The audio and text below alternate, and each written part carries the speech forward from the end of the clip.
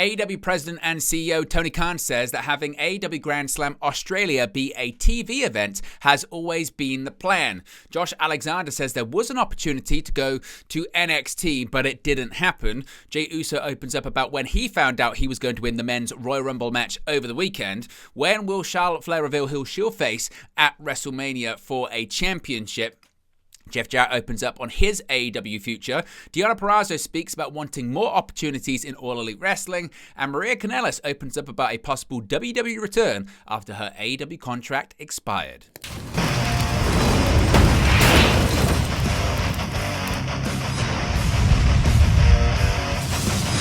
Hey guys, welcome back to Wrestling News 365. Hope everyone is doing very well. As always, there are plenty of news stories to get into in the world of professional wrestling. Let's begin with AEW Grand Slam Australia. There's been a lot of confusion about this event and obviously moving venues and start times and things of that nature. And AEW President Tony Khan has explained why AEW Grand Slam Australia was always planned to be a TV event, with Grand Slam Australia set to emanate from the Brisbane Entertainment Centre on Saturday, February 15th in place of Collision. The highly anticipated event almost feels like a pay-per-view show. Speaking with Scott Fishman of TV Insider, Tony Khan noted that this show was always planned as an AEW TV event because Warner Bros. Discovery presented them with the opportunity to follow NBA All-Star Saturday. Khan explained, quote, "Yes, having this be a TV event has always been the plan. That's something that the network wanted. It's something that the network brought to us recently as an opportunity to follow NBA All-Star Saturday.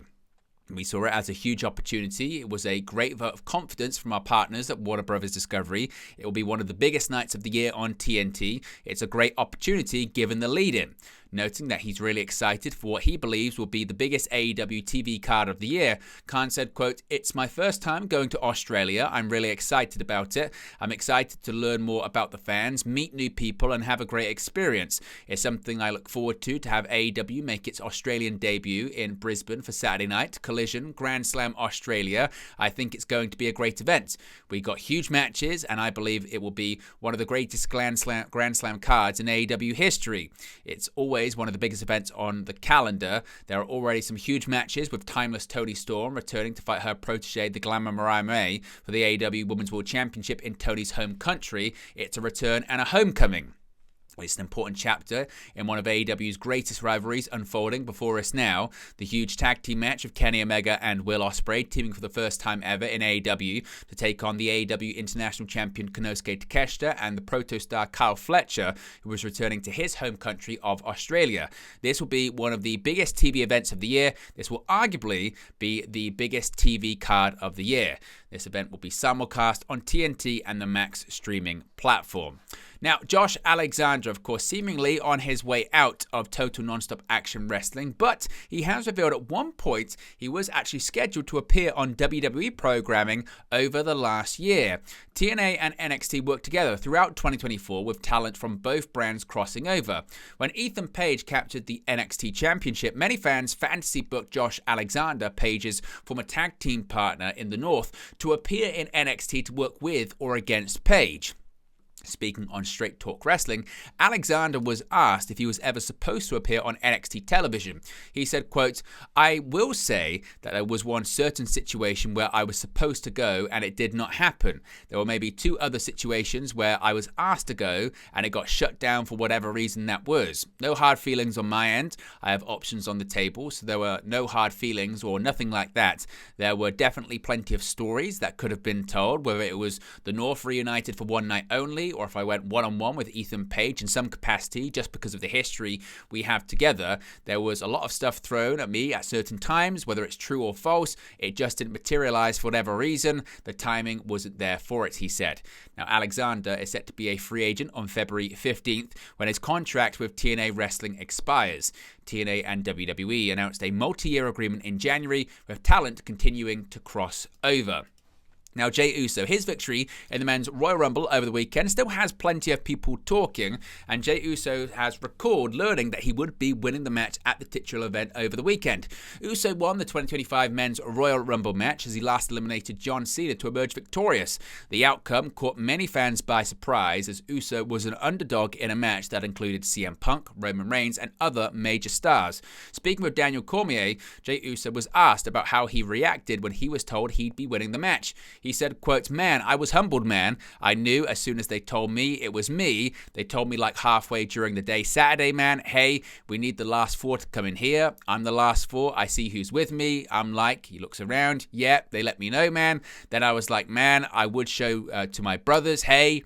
They told them what it was, and I knew I liked it because I knew not one person in that arena would think it's going to be me. That's the swerve I like. Just on Monday Night Raw on Bron Breakker, one of the hottest up-and-coming superstars. He's not going to beat him on Monday Night Raw, and they go crazy when I won. So that's the emotion that I like to pump to the fans, man. We got to swerve because everyone's smart today. Everyone thinks they know. You don't have a damn clue, man. I like to just let you all enjoy the show. Enjoy it. Enjoy what we do. It's entertainment. It's fun. When you're there with us, you just got to be there with us, man. It's a great show. I love this. I love what we do. Now, Charlotte Flair, of course, she won the Women's Royal Rumble match, and many are trying to figure out who she's going to be facing at WrestleMania. With Flair winning the Royal Rumble during her in-ring return over the weekend, the Queen has now visited Raw and NXT to confront Women's World Champion Rhea Ripley and NXT Women's Champion Julia ahead of choosing which championship she'll challenge for at WrestleMania 41. During a WWE digital exclusive interview following her NXT visit, Charlotte Flair noted she's enjoying making people wait, hinting that she could wait until the night before WrestleMania to reveal her opponent. She said, quote, "So I spent a year and a half here training. All my rehab was here, my first time hitting the ropes, getting in the ring, getting familiar with the girls that are on NXT. So to come back where I'm homegrown, where my first match was, where my coaches are, it's always surreal to come back, to remember your roots. They definitely gave me a warm welcome, so I was very appreciative. But I also had the opportunity to talk about Roxanne and Julia in the Women's Royal Rumble because they did do an incredible job.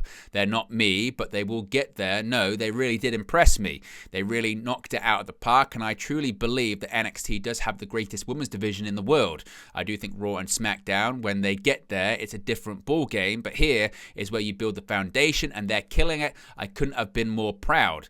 But to give them the opportunity to say, hey, I might pick you, I might pick you, I might pick you, that's what it's all about, because I have picked an NXT Women's Champion the last time I won the Women's Royal Rumble, so who knows I'm going to pick? It's on my terms. Here's the thing, WrestleMania, not until April, so I've got all the time in the world, so I'm just going to take my time while you guys wait it out. It's on my time. I might not even pick until the night before WrestleMania, because I have the golden ticket.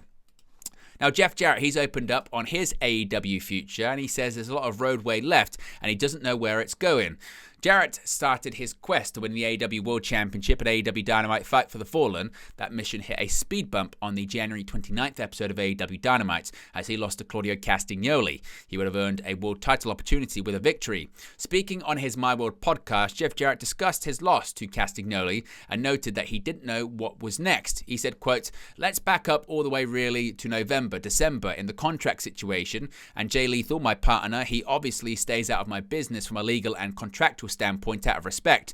But when I went to him and I said, hey man, because there was a little bit of back and forth in my mind, am I going to resign? Am I going to do something different? But once we got into negotiations and I went to him and I said, hey man, I feel confident that we're going to agree on something here. Let's talk goals. Jay just kind of flipped it around on me and said, hey man, what is your goal? I just said, in a lot of ways, Jay, I've become more and more laser focused on AEW Gold. He goes, that's what I like to hear. He says, what title? He assumed. I originally said it was AEW Gold, and then we kind of got into that discussion, and I thought back on my career, and that's how the AEW World title, and I had a quick conversation with Karen, and I've had different conversations with different Hall of Famers, both in and outside of AEW, And they're like, hey man, it's kind of the story of your entire career. Walked out on Vince, oh, you'll never be back there, went back. Walked out on Bischoff, oh man, WCW will never have you back. You're going to go do what? You're going to start your own wrestling company? That's insane. So in a lot of ways, when I had to process and digest, persistence and perseverance have just truly, in so many ways, been the single word that may describe. I don't want to say just my career because I'm a big believer in talking to kids and sobriety. I often tell folks it ain't easy. Nothing happens overnight. It just doesn't. So I did take a big ass whooping. My buddy said, not only did you take an ass whipping, you took two, Claudio and MJF. But hey man, that is, I think, the life of a professional wrestler. But to be a successful one, you damn sure better persevere. So we got a lot of roadway in front of us, 11 months. I don't know what's going to happen. I don't know how things are going to change. One thing's for sure that I learned, there's always next week. You never know what's going to change. Moxley may not change. There may be a new set of circumstances. There may be a new focus. There may be something in my future I know today, and that's all I'm really worried about. I'm really, really looking forward to what's next, but I am certain that I don't know what's next. I really don't. Now, Deonna Purrazzo, seemingly she also doesn't know what's next for her in AEW. The AEW roster is filled with some of the most talented wrestlers in the world, with their women's division in particular growing leaps and bounds in recent years. However, with so many new faces and rising stars, people like Deonna Purrazzo, who have only been in AEW for just over a year, start to fall by the wayside as a result. Purrazzo has been a champion almost everywhere she's been, but she's not been featured on AEW Dynamite as of late, and during a recent interview with Muscleman Malcolm, she explained why. She said, quote, "You know what, there's ebbs and flows to all of this," Purrazzo said. "There's been lots and lots of chatter, and you know what? I am a workhorse. I'm just in my 13th year. I just started my 13th year of professional wrestling. I have never stopped wrestling. I've never stopped loving this, and again, you have to want more for yourself. I do want more for myself. I want to be on Dynamite, but there's ebbs and flows, and we've talked about the stacked division and who's on top right now, and it's just going to be a waiting game, but don't count me out of the fight, guys." And finally, speaking of the women's division in AEW, it used to feature Maria Kanellis, but not anymore. And she's addressed the possibility of a return to WWE following her official departure from AEW. After confirming that her AEW contract expired on February 1st, Kanellis took to Twitter to tease a Royal Rumble return. While this ultimately didn't happen, Kanellis has now commented on the likelihood of a WWE comeback. Responding to a tweet asking whether or not she'd return to WWE if her husband Mike Bennett did, Maria Kanellis noted that she's a big fan of everything the company is doing right now, both in and outside of the ring. She replied, quote, "I love everything they are doing. From a marketing to booking, it's a professionalism that has completely transformed my opinion of WWE." Now, Kanellis' first stint with WWE saw her sign with the company in 2004, where she competed as an in-ring talent until February 2010. She returned to the company in 2017, mainly acting as a valet to her husband Mike Bennett, who wrestled for the company as Mike Kanellis. The former 24/7 champion was let go by WWE along with her husband in April 2020. But there you go, guys. The latest pro wrestling news for you. Be sure to smash a like on the like button. Be sure to subscribe bottom right-hand corner. As always, let me know your thoughts in the comment section below, and I'll speak to you again very, very soon. Hey guys, thank you for watching, listening, streaming, or however you come across this video today. Be sure to click on the video on the right there to watch our next video, or click the bottom there to subscribe, or the bottom right hand corner. Thank you very much, and I'll speak to you again very soon.